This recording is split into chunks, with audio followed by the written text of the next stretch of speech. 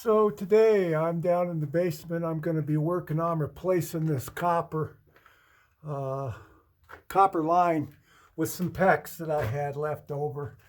I don't think that this copper was put in correctly. I think they used too much flux. The integrity of the inside of this copper pipe is in question.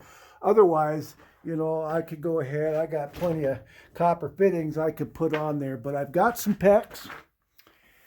So I'm going to try to replace as much as I can so it doesn't fail in the future. I've got shark bite fittings. I got the crimp on, the push on type, but this will avoid some possible problems in the future anyway.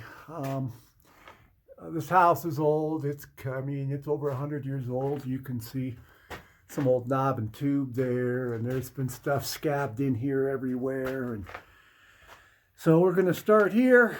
I'm not going to touch that steel pipe. I'm going to start right here and work my way out and just replace as many fittings as I can.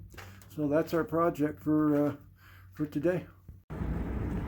Working here in this 100-year-old house, you come across all kinds of stuff. Boy, things sure changed from that long ago. Anyway, I took out as much of this copper as I could. You can see it was starting to fail.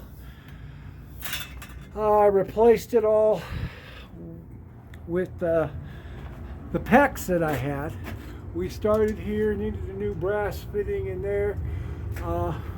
Went ahead and strapped this down. I use a piece of insulation here with this banding. The reason I use that insulation there is if you ever get a water hammer, you can look that up online, which is kind of common.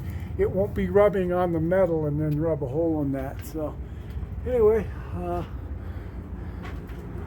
got as much as I could. I don't have much. Got maybe 10 foot of PEX left. So I alternated between shark bites and then these crimp-on fittings. I'm just using what I had.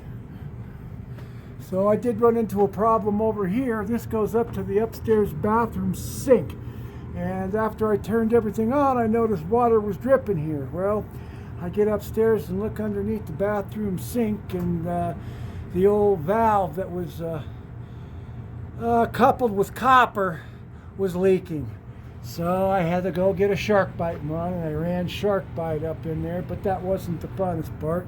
Of course, you get up in there and start working, and the drain falls apart because it was never put together right. So you take the drain, and well, then there's a squirrel tail with hair in there, so you gotta fix that. So that was a 45-minute adventure.